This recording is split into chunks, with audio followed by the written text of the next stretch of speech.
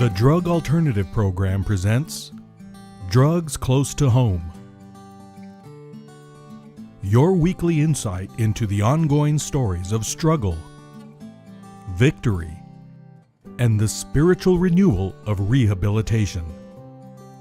Each week, Cliff and Freddie Harris, co-founders of the Drug Alternative Program, would like to introduce you to the many people who have touched their lives through their spirit-filled ministry. But most of all, they would like to share with you the blessings they continue to receive from Jesus Christ.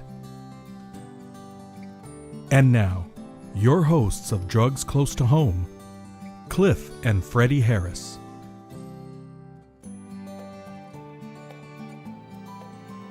Welcome to Drugs Close to Home, a program about the destruction that drugs causes our families. And the power of Jesus Christ that heals them. We believe every life is worth saving. Freddie, that is so true because every changed life is a miracle from God. Amen. You know, honey, I was thinking about our marriage. We were supposed to have a wedding, you guys, and that's a whole nother story. The preacher wouldn't marry us because of his previous marriage. That's a whole nother story. But we went to Oklahoma City for my nephew's wedding, and while we were there, my sister-in-law said, "You guys are getting married." We said, "Getting married?" So she took us to get our blood test, and then one of our classmates was the judge. We went to the his court, to his office, in his chambers, and he married us. And we got married in T-shirts and jeans. Right. And then we had our little honeymoon, Yes. and it was wonderful. Yes, wasn't it wonderful? Yes. I love it. Think about all the good times we had. Right. Yes. So listen, we have a special guest today, Tracy Lee Wise. We have the same middle name, Yes. Tracy Lee Wise. Sometimes I call him Dr. Chase or Tracy Wise. Right.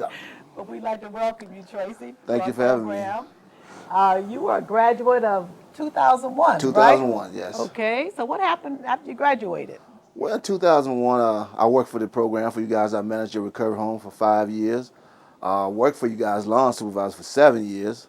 Then I ended up relapsing in 2000 and 2008. Right. And ended up moving back to Mississippi through that. Ended up getting in a little trouble out here at the same time with the courts out here for perjury. Mm-hmm. You know, and lying on the old signing papers that wasn't true about a car that I sold. Mm-hmm. And I ended up having to do some little time for that. But like I said, I left here in 2008 after that and running from probation. And ended up moving back home to Mississippi to my mom. But wait a minute, Tracy, Freddie. I saw him one day walking down the street. He didn't see me. And I knew he was using again. And you know what I came to that conclusion? He had his hat on backwards. He had his hat on backwards. And I knew, I said, he's gone back to his old ways, back to the old Tracy. Back to what's comfortable. Yes, yes. So while you were there, what happened? What encouraged you, or how did you come to the conclusion to come back here? What was that decision all about? Well, you know, once you're in that lifestyle, you know, once you go back, it gets even harder. You know what I'm saying? And while being back in Mississippi, you know, I still was still doing drugs and. Ended up getting more in debt with people even with the people I owed when I left the first time. Nothing ever changed. And once I was there, you know what I'm saying, I accumulated a lot of debt. But two things that happened that were dramatic to me was death of my two brothers. You know, and I had one brother that died of cancer and one that died of a massive heart attack, which he was an alcoholic himself. And I ended up finding him while he was passed out on the ground. And at that time, he was already dead, and I just didn't know it. But at the same time, I thought that would change me, but through the whole process of it, all the way up till I came back, I just drank and smoked and did drugs, and a lot of times I was hoping that I would die. You know what I'm saying? I wanted to just die because at that point, he was the only one that would accept me into his home and do for me, even though I was out in the streets. He understood me, and once that he was gone, I said, man, that's my brother, my best friend, and you know, and he's gone. You know, what do I have left? You know what I'm saying? And so I just immersed myself in more drugs, more alcohol. So your second brother, your brother died. The second brother Right. died. One of my brother, Lewis, that's my father's son, and my brother James is my mother's son, and that's what I'm talking about now. And I just immersed myself more in drugs, you know, and more in alcohol. I went back to the first love I ever had.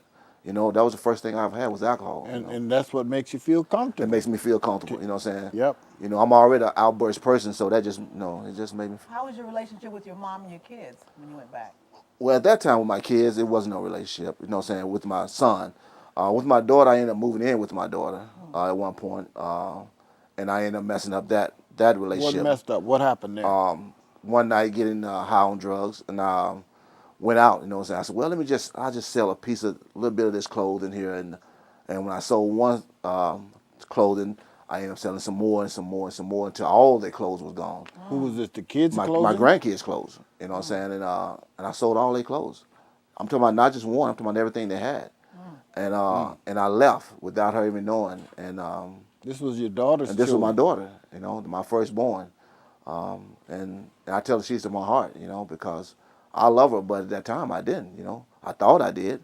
I didn't even love my grandkids because if I did, I wouldn't have done that. Yes. You know. So you went back to the streets after you Went left right her? back to the streets, you know what I'm saying? And matter of fact, I was never off the streets because where she lived, a lot of people knew me there, and I was just right back in the same cycle. So I never really left the streets, you know. So what happened to for you to come to a conclusion that you needed to get some help? Well, one day I was in the crack house, and I was laying on the couch, and one of the guys I owed money to came in the house and looked at me and said, "Now when you gonna pay me my money?" You know, and I laughed because, like I said, I wanted to die. I didn't care, you know. I don't fear man, you know. Mm-hmm. And he said, "Okay, you know, you gonna pay my money." He walked out of the house and he left, and I know it wasn't nothing but the Holy Spirit said, "You need to get up and get out of here today, or you will die." You know, and I listened, and I got up, and the Holy Spirit just guided me all the way to my mom's house, and you know, and on the way to my mom's house, my niece came out and said, "Uncle Tracy, I love you."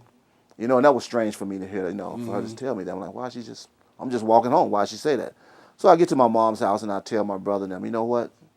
I got to do something here. Something got to change. And I need to call DAP. You know, I need to go back. You know, and So why would you want to come all the way back here knowing that you had a case here and knowing that you would go to jail if you came back to California? Knowing this program, how it was structured, what you went through the first time. Why? Because there were programs right there where you were. You didn't have to come back to California. right. Well, yeah, it's most definitely programs where I were. And but coming back to DAP, I knew I had family. I knew I had the discipline of you and Mrs. Harris, a mother and a father, and I knew I needed that. And I knew once I got back, even though I knew the course and I had to go to jail and all that, once I knew I stepped foot in the doors, I can have some peace. I can sleep. I can feel safe. I can feel comfort. I can feel Christ again. I can get that relationship with God, you know, and I knew that. All I just need to do is just make that first phone call. Yeah. You know, but pride kept me for all those years from doing that, you know. But when I finally made that call, that was a blessing. You know, I want to say this to the audience a little bit. Tracy called me. I will never forget, it was on a Sunday morning that you called me. I knew you were going to call sooner or later because I knew you were back out there doing the same old stuff again. I knew you would. And he did call me, and what did you say on the phone? I said, Mr. Harris, I said, I need to come home. Come home. Come home. Didn't ask, can I come in, would you accept me in the program? I need to come Come home. home. I knew you would accept me. All I got to do Yes. is just say, I'm coming home. I need to come home. And I asked him, I says, well, Tracy, how you going to get here? What did you say then? I said, give me a one day. I'll come up with the money. Just trust me. I'll get the money. And I knew that. And I knew you would do something wrong to get the money. Because you didn't have a job. You was out there going to scheme or do something to get yourself in trouble in Mississippi or get busted or whatever. And I said, no, Tracy, I will go down and get you a ticket. You just pack your lunch, and I will get you a ticket to come. It'll be at the station for you. And that's what he did, Freddie. Yeah, I got on the bus, and a church member took me to the bus station. I got on the bus, and that was a long ride, you know, and people offered me drugs and to drink at different stops, and I was like, no, I'm going to a program. You know, even though I wanted to, but I said, no, if you do it now, you'll forever keep doing it. In other words, making the decision now that I will follow through, not even waiting to get to the program. Right. I need to start making that decision right now. There's no waiting. So how did you feel when you came back? When I came back, a little nervous. You know, I was nervous because like I said, I hadn't been here in a while, and you know, I want to know how Mr. Harris is going to deal with me. You know, like, hey, I know I'm going to have a talk with him sooner or later. You know, and I was anticipating that conversation, but it was a blessing. Still, it was a blessing. And how did the church members and the people treat you? You know, they treated me with open arms. You know, everyone I seen gave me a hug, told me they loved me, they were glad to see me back, and they're praying for me, you know, and it couldn't have been any better. And I was like, wow, you know, the things we think that's going to happen don't happen. You know, all we got to do is trust God. Now, how many months did you have to go before you graduated the second time? Woo, I went 20 to 21 months, I Yeah, think. 20, 21 months, I right. always put them, if they come back a second time, brother, you're going to go way past the time again. So, but you know what? It was a blessing because Yes. I needed that. I really needed that time because we can do a hurry up thing, but I needed that time. So after know- you graduated, what happened? Well, after I graduated, I ended up. Well, before we go there, there's one part I want to bring out that's very important, and I'll never forget this as long as I live and got my right mind up here. Tracy would come to me, Mr. Harris, we need to go to court. I need to take care of that. Okay, we're going to go. And finally, we went to court. Right. Went to court, they called his name, he went up there, and I was in the courtroom. No sooner than he got up to the bench, I was sitting there watching, and I saw the guard walking up to him. They had already made their decision. They're going to arrest him right there. And they arrested him right there. And Tracy turned around and he looked at me like a little child. I'll never forget that look. He looked at me, Freddie, in a sense of, Mr. Harris, can you help me? Help me. It was like a little child that was saying, come and get me or do something. But in that process, when he went to jail, they kept him there for 30 days. And after those 30 days, what happened? I was real ready to get out of there. Yeah. I know that. But, you know, it changed a lot. You know, even though I had to pay a lot of fines and everything, do the 3-year probation, but God blessed me through all that, you know, and I ended up, once I completed the program, you know what I'm saying, started working for you guys, and I still had obstacles coming up dealing with the court system, but God still was working everything out. As time things come up, he was working it out, you know. So now you're back at church. Back You at church. graduated the program. You're Graduated. working here at DAP. And guess what, Freddie? He has met a young lady. Okay? Okay, well, our time is running out. That's We're all gonna- right. But we're going to come back, you guys, and we're going to meet the young lady that he says he's in love. Do you think he's in love with her, I know, Freddie? he's got a pep in his step. Got a pep in his step. I can tell he's even talking. His demeanor is just up when I walk up to the job. Hi, Mr. Harris. He just as happy and everything. So we'll be right back, and we're gonna meet the young lady. Yes. 12 to 18 months. That scared me because I just kind of wanted to get better and move on with my life. All the programs I'd been to were, you know, from a week to 60 days or 90 days, but 12 months to 18 months was just outrageously long, and that scared me. But when I got here, my impression was, you know, I wouldn't have come unless I finally decided that it didn't matter anymore. The time was of no consequence to me. I screwed everything up so bad. I just wanted above anything else to get better. You have to get serious with yourself, and that's what I'm doing. I have decided to make that difference in my life. That means no matter how long it takes, even if it's more than 18 months, then that's what I'm gonna do, because it has brought structure in my life to do the things that I need to do to make sure, you know, when I get back out there, you know, I always want DAP in my life too, no matter where I go, because I like the fact that the way they help us, it's pure love. It did shock me the long amount of time that it was going to take, but I see it as a positive because they're not trying to just change you for a short amount of time. They're trying to change you inward, spiritually. It's most definitely a program. You got to give it a chance, you know what I'm saying? And once you give it a chance and see what it's about, because it's no doubt that you won't fall in love with what's going on here at DAP.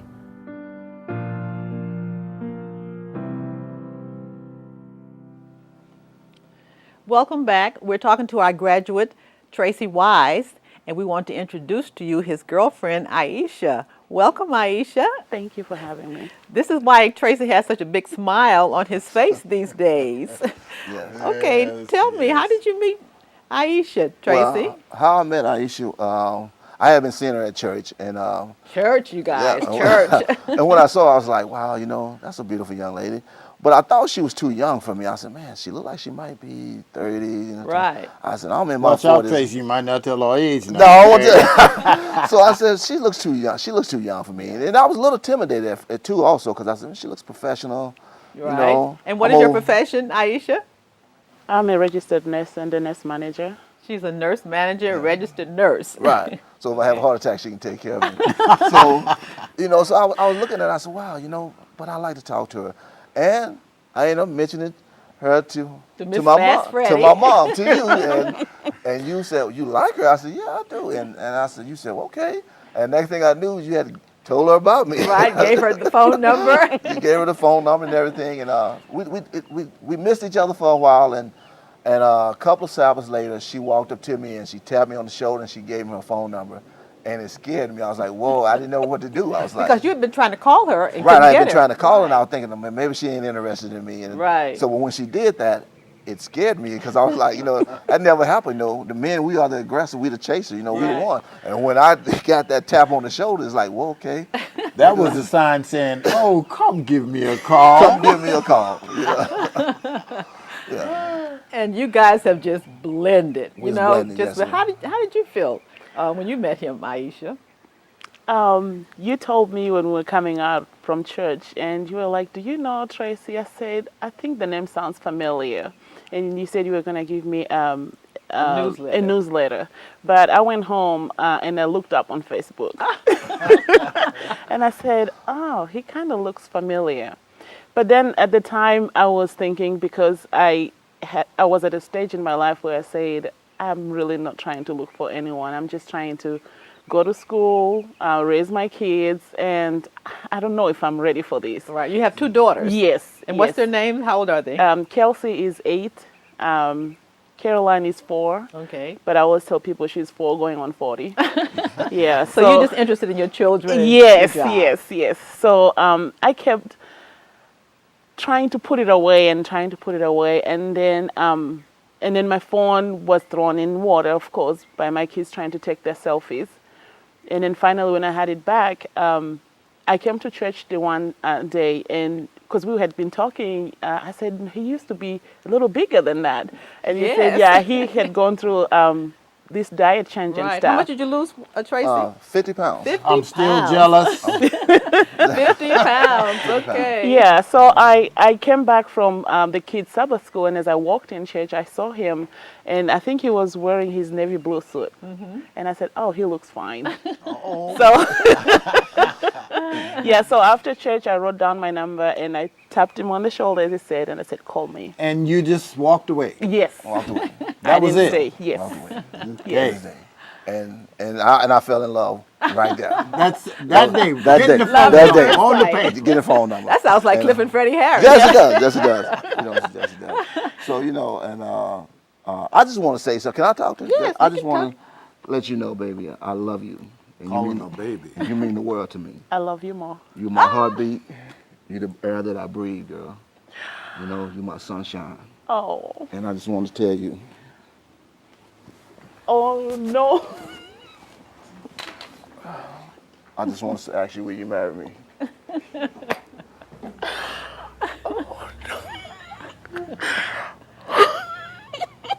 Yes.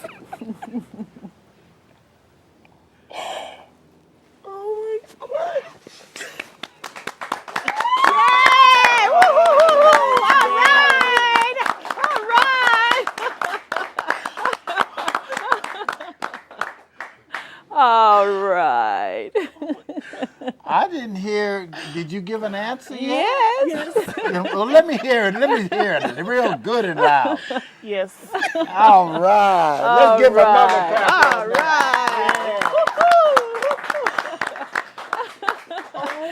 Now you see why we have an audience out there. Yes. And Tracy's got a few tears in his eyes. What do you have to say, Tracy? I love her. You know, she's been a breath of fresh air to me from day one. You know, and I never met anyone like her. You know, and her strength. You know, what I'm saying, she's courageous, she's bold, and she's beautiful. You know, and she's godly.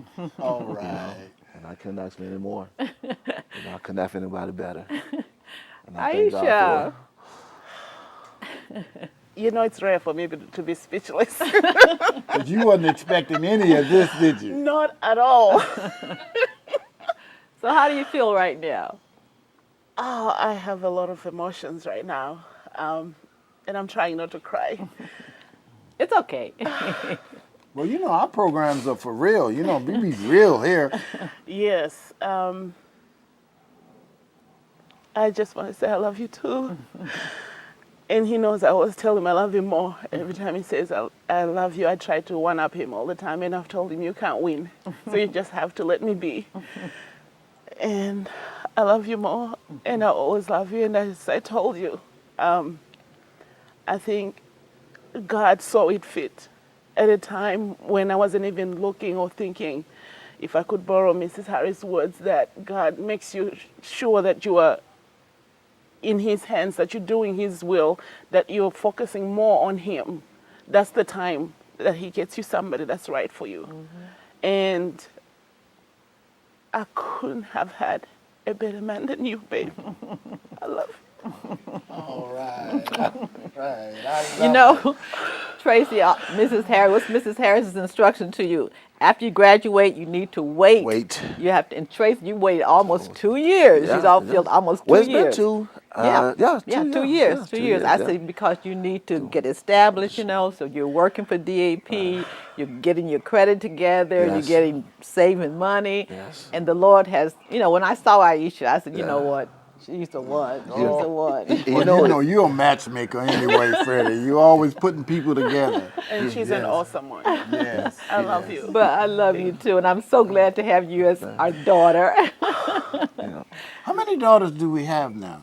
Several. Let's see. We gathered, let me see, I think 1, 2, You can't count them. We have all kinds of oh, daughters. they're all over the place. And guess what? Bruce is about ready to That's get married. right. He's Bruce is coming going up. to be getting Yes. married in April, so we're going to bring him and his bride on. All Yes, right. she's coming all the way from, where is that, Hong Bruce? Kong. Hong Kong. Hong Kong, right. Okay. So that All they're getting right. married April 19th, so we're looking forward to that. Yeah. But Tracy and Aisha, you know, we're just so happy because we want everyone to be happy like us, right? That's right. Want you to enjoy life like I have. And to have a godly man and a godly woman, you know, someone that you can go to church together, you believe the same. Because I tell these guys, you know, you need a Christian woman, you know, someone that's going to enhance your relationship you already have with God. Right. And you guys are right on. Right on. It's a blessing. Yes, it is. When I just see you when you come to work, man, I can tell the joy in you. I can tell the difference that there's a difference altogether about you. Right. Because before he met her, you know, I was looking at him in church and he'd be just sitting there, you know, and just looking all kind of down or whatever, not depressed or anything. Right. But now, and he's got a pretty smile too, Freddie. He's handsome, a nice smile. I don't say pretty, but a handsome smile. Right. And lost all that weight Yes. and looking good. And now he's going to have a woman that can cook for him. Yes. And do for him. Yes. Different type of cooking. I love it. you Oh, know, that's so- right. What kind of, where are you from? I'm from South Africa. Okay. But I was born in a country called Malawi. And and I speak 7 languages. Oh, 7 Well, languages. let's tell us, And- give us maybe tell us a 4 or little about 5. yourself. And there's one language, the Zulu language, which is the most popular one. When I first came to America and I see people signing their cards and they do XO, I'm like, What is why that? would you say frog to somebody you love? That's what it means. Because in my language, it means a frog. Oh, okay. And the only thing you add an I, and it's pronounced ikoko. Oh, okay. Yes. So I said, why do people here love each other and then say not so nice words at the end, only to understand that it means hugs and kisses? Hugs and kisses, right. Yes. So that's called the Zulu language. And the other language I speak is called Chichewa, and that's the one I teach the kids. And unfortunately, most of the words they know is don't do that, sit down, you're going to have time out. Yeah, but they're learning, and they're so interested now as they're growing, and because they see that other kids speak maybe Spanish, and now they want to understand other languages that So you speak Spanish too? I speak Spanish too. So what are some of the other languages you speak? I also speak Shona. I also speak, it's called Tumbuka. I also speak a language called Yao. And it's not just dialects, it's totally different languages that if people from like 3-4 different countries are there. Like most of the times when I go to the All Nations African Church, that's when you can see me talking to somebody in this language that the next person to them cannot understand, Right. and then talk to the other one. But also I have to constantly remind myself that I have to speak in English, because I have caught myself in a heated conversation saying 1 or 2 words and people look at me and say, what did you just say? I'm like, oh, never mind. I need to go back to speaking in English. And somebody asked me, when you dream, in what language do you dream in? I don't know. I just understand it. I don't know if I dream in English or if I dream in my language. And one of my friends at work said, is it really a language? Because when you're talking on the phone, all I hear is That's like yes. Right. And I say the best way to appreciate languages is if you're traveling and you go to an international airport, just sit there and listen to all the chatter. Right, right. It's amazing. Sometimes you think, are they really saying something? And you see them laughing and nodding their heads. You're like, Right. okay, I guess there's a conversation going out there. So I hopefully will teach him just a little bit. Right. Because I should be able to say a few things with my sisters Right. without him hearing.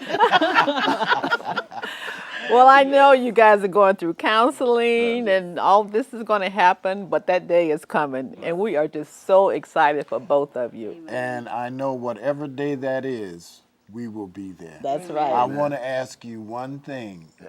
Never mind, I won't do that because I don't want to put you on the spot right now, okay? But here's one thing. I'm so glad you guys came. And one thing I want to do is this. Don't forget to give us a call. If you need help or you need someone just to talk to, give us a call. Our number is on the screen. And Freddie, this has been one of the best programs. Yes. I love this program. I was looking forward to doing it too. So we have a son, and now we've gained a daughter, and we are Yes. excited. Thank you guys so much for coming to share your story. And thank you, son, for waiting. Yes. Thank you, Aisha. Thank you for having us. All And thank right. you for being with us. And remember, we love you, And Jesus loves you even more. and we'll see you soon. All right. See, surprise. All right.